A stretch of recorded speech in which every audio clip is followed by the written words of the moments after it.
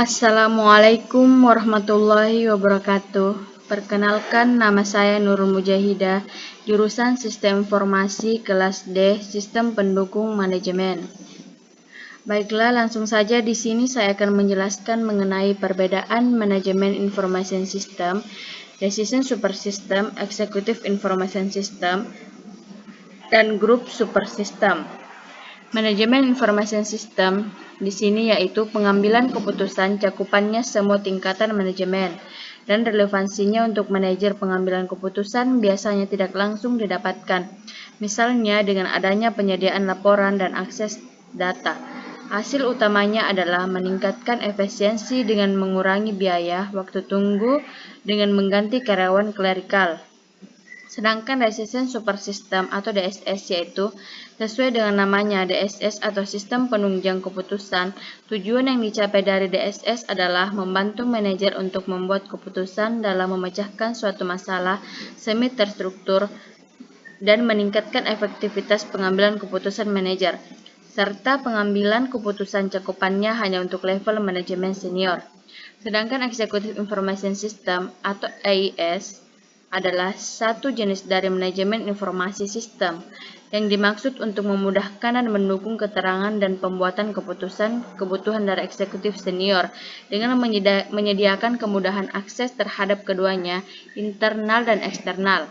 Keterangan relevan untuk bertemu goal strategis dari organisasi biasanya dipertimbangkan sebagai satu bentuk dikhususkan dari suatu sistem mendukung keputusan atau DSS.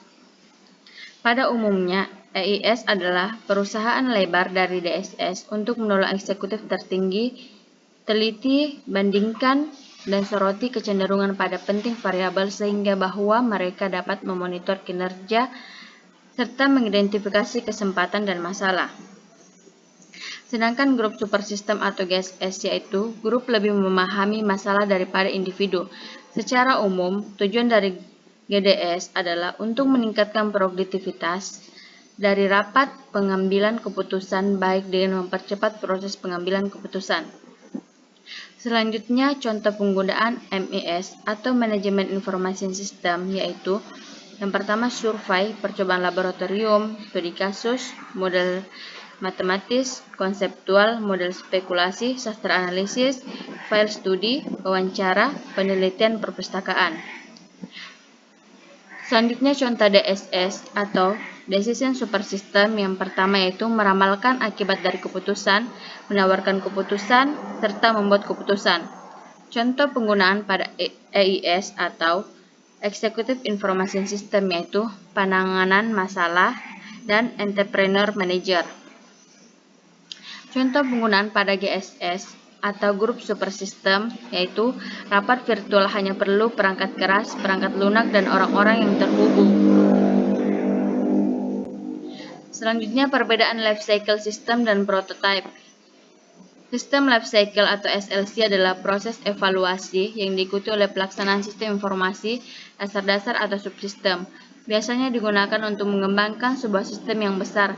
Telah ada pendekatan implementasi tradisional sepanjang era komputer dan ada perjanjian umum antara ahli-ahli komputer sehubungan dengan tugas-tugas yang dilaksanakan.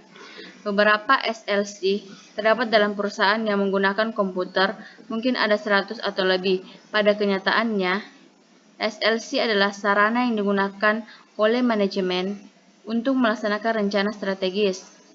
Konsep life cycle menjadikan segala sesuatu yang tumbuh menjadi dewasa setiap waktu dan akhirnya mati. Pola ini digunakan untuk sistem dasar komputer, contohnya seperti subsistem pemrosesan data atau SSD. Sedangkan prototipe adalah proses iteratif yang melibatkan hubungan kerja yang dekat antara perancang dan pengguna. Pressman tahun 2001 menyatakan bahwa seringkali seorang pelanggan mengidentifikasikan serangkaian secara umum bagi perangkat lunak, tetapi tidak mengidentifikasikan kebutuhan input, pemrosesan, atau output detail. Pada kasus yang lain, pengembangan mungkin tidak memiliki kepastian terhadap efisiensi algoritma, kemampuan penyesuaian dari sistem operasi, atau bentuk-bentuk yang harus dilakukan oleh interaksi manual dan mesin. Salah satu contohnya yaitu model yang cocok digunakan adalah model prototype. Contoh kasus manajemen information system atau MIS. Contoh kasusnya itu, jika saya seorang manajer di suatu perusahaan tekstil, di dalam perusahaan terjadi masalah kekurangan karyawan, dan belum ada pendaftar yang bergabung di perusahaan kami untuk mengatasi masalah tersebut. Agar usaha tetap berjalan, saya sebagai manajer memberikan tugas tambahan kepada karyawan dengan jaminan penaikan gaji karyawan sampai adanya karyawan baru yang bergabung. Terima kasih. Mungkin ini saja yang bisa saya sampaikan.